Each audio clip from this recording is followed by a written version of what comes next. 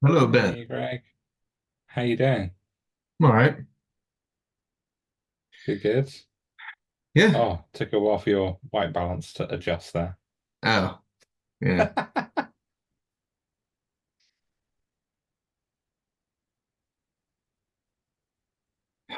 I've been slowly getting my office together.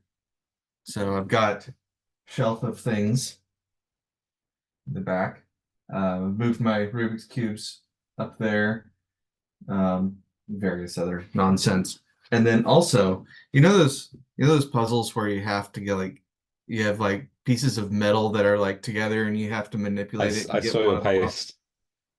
Yeah. I s- Crazy. I've got a bunch of That's a them. few. Yeah. So let's see, there's five per, and I've got six, so I've got about 30 of them, just under 30. Yeah. Hmm. Got another one here on my desk. I assume you know the solution to all of them. Uh, there is one that I can't remember the starting state. I've got the piece off, but I can't remember how it, like, I can't remember how to put it back on, back into the starting state. And then there's one more that I haven't tried. All of the others I actually solved as I was putting them up there just to make sure um, that I knew how. For reference, I've got a lot of puzzles that I've mounted on my wall now.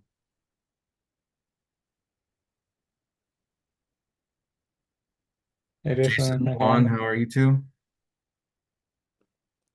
Hello, all good. You? Fantastic. Blog post looks good. Haha, nice. I think we're ready to Almost there go. then.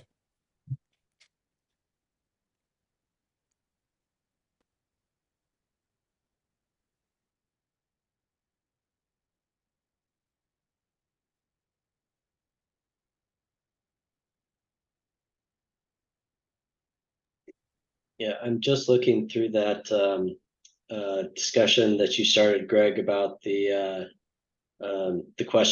questionable scope thing, Yeah. and um, and it turns out I was wrong that my implementation behaved the way I said it did. Okay. Um, Actually, what you described is exactly what mine does. Yeah. Awesome. Yeah. It could be, I mean, the way that you had described it, I could see a reasoning for it, but I just wanted to Yeah, dig down into it and see if the spec actually describes something. So I've yeah, got a I PR up there for adding those tests. And Ben, I do like your idea of putting the resource boundary crossing test in optional. Um, so I've done that. So I've got the one that I opened the issue with as a required, and then the resource boundary crossing one as optional. But yeah, yeah, I you can have a look at definitely those. feel like this can like the decision there could go either way. But I think since like all of our implementations behave the same way, it's best to go that direction. Um, but yeah, I haven't looked at the PR for the actual tests yet. Um, but I'll do that next. In Yeah, fact, it's up on my screen right now.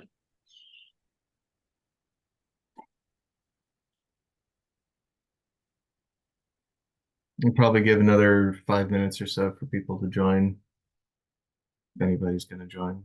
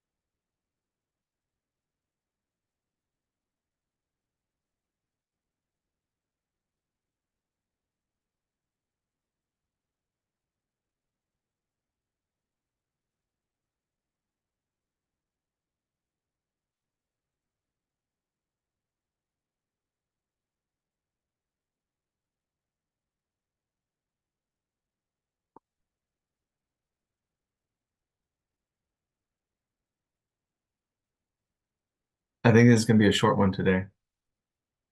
Not really a whole lot on the agenda.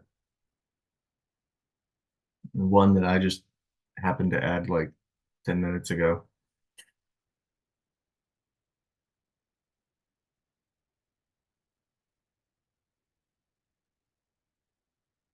Everybody have a good weekend.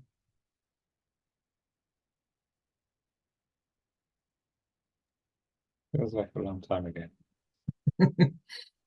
Just finished for you. I've had Monday since. No, this is Monday for me. This is end of my Monday right now. Yeah.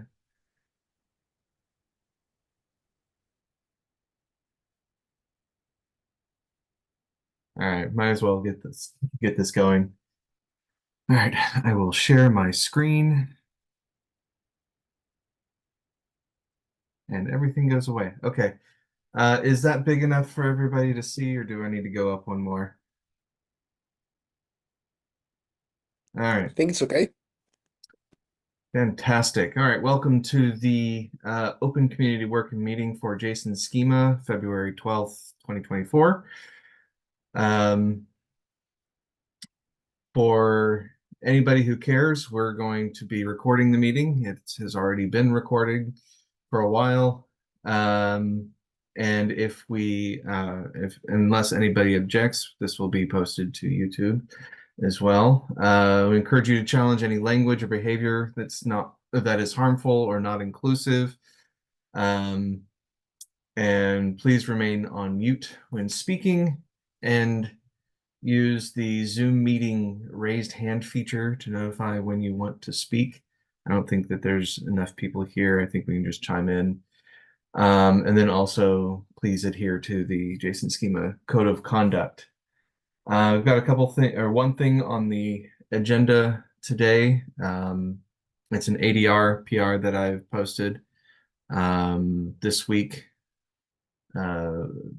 And we can come to that. If you have any other items during the meeting, feel free to post them and let us know.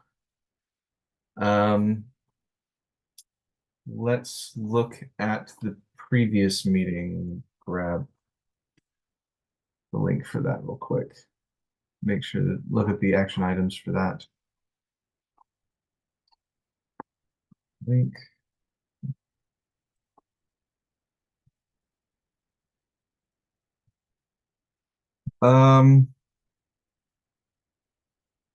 So I was going to be adding a .NET proposal for Google Summer of Code. I did that. That's going to be a team up between me and Matthew Adams. It's going to be for extending / wrapping his library in a source generator. So right now his actually generates the code, but what I'm thinking it needs is something that wraps that functionality and does that at compile time, which is kind of the cool new thing that that .NET can do. I do need to catch up on the definition of implementation. I haven't looked at that in a bit. I think we've landed on just using tooling. Maybe that was merged. I'm not sure. I'll have to go back and look at that. And Ben, I was going to look at actually renaming the implementations page to tooling, which I don't think has been done yet. As far as this meeting, does anybody else have anything they want to talk about before we get into the agenda? No? All right. So we had a conversation, we've actually had a couple questions come up through the general channel in Slack. And after the first one, Karen made a note that there wasn't an ADR on the object contains issue. In short, and in summary of what that issue was, is after 2012 was released, we decided that we wanted to have, I think I raised the initial issue. We wanted to have contains look at objects as well as arrays, and we all agreed that that was the thing to do, and so we made that change. Probably about a year ago now, we thought about it again. I think Henry brought up the rescinding issue, and we realized there was some breaking behavior in that, and with the focus on stability, it's probably not the best idea to have contains look at objects now. And so with that mindset, the perspective shifted to not having contains respect objects, and instead having separate keywords for a separate keyword for an object contains, which also means that we would need min-max for those as well. So that'd be 3 new keywords. So we pulled the changes that we had put in out, but we never created an ADR for it. So I've created an ADR. Jason has approved it. Karen noted her approval in Slack. And I guess my only question on this is, do we want to wait for the minimum open time or just merge it? I'm for just merging it. Thoughts? Go.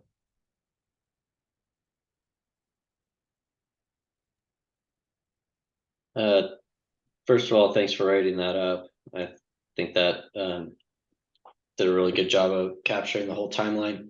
And should we wait for 2 weeks? I think probably it's a good idea, just because it's an ADR, and you know, maybe somebody hasn't looked at it yet. It is fairly simple and very uncontroversial, but I think still, just because it's an ADR, I'd leave it open for the 2 weeks.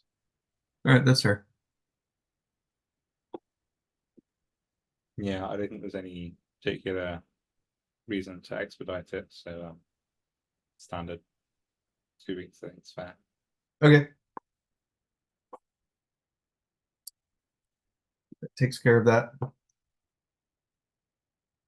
Julian, do you have anything you want to add to our agenda? Anything you want to talk about? We're running kind of slim on specs here. I don't know. I'm a mess. Sorry. Today I'm running around trying to catch up on various issues. So nothing I can think of, I guess.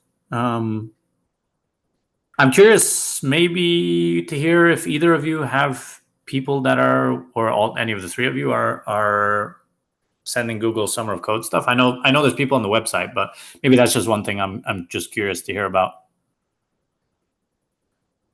As I mentioned in the notes from last time, I've added a thing for the JSON Schema proposal, or the JSON Schema submission. I've added a proposal in there.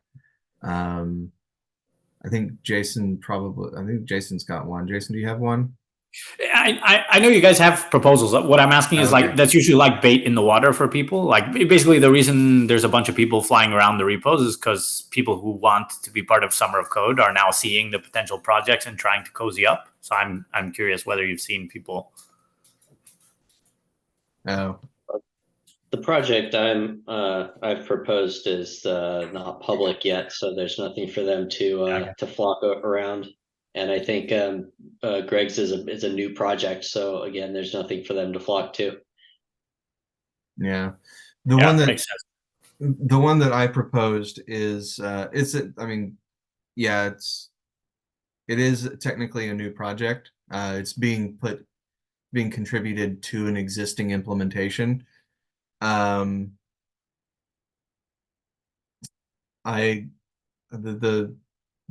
proposal issue is there in our set.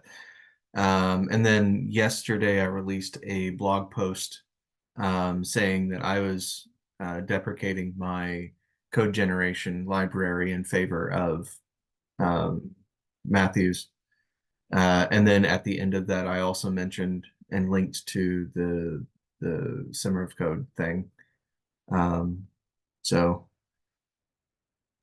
I don't know Cool. how many blog post readers I have, but it's there. Cool. I have a branch somewhere in Bowtie trying to add support for his implementation, but I gave Mhm. up. Well, I ran out of time and gave up. So at some point, I Yeah. should get back to that as well. That one's a bit interesting because it doesn't do it. Yeah, I don't know. I'm not sure how they would do that because it has to generate the code first, and then you have to compile the code and run. And it's weird. Yes, I was reading around for how to do runtime C sharp compilation. Just like call the generator, get the code, and then immediately call and compile that. Yeah, I've got some code for you in my website because I kind of did some of that too. Oh, cool. Okay. Yeah, I probably won't get back to it immediately, but the branch is there somewhere for getting Yeah. back to. I'll look at what you wrote at least. Yeah, I'll send you a link. Cool.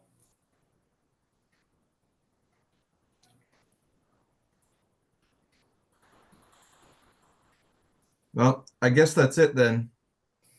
You get 45 minutes back. Lucky us. Thanks for coming, everyone. All right, bye. Have a good All week. the best. Bye bye. Thank you. Later. Bye.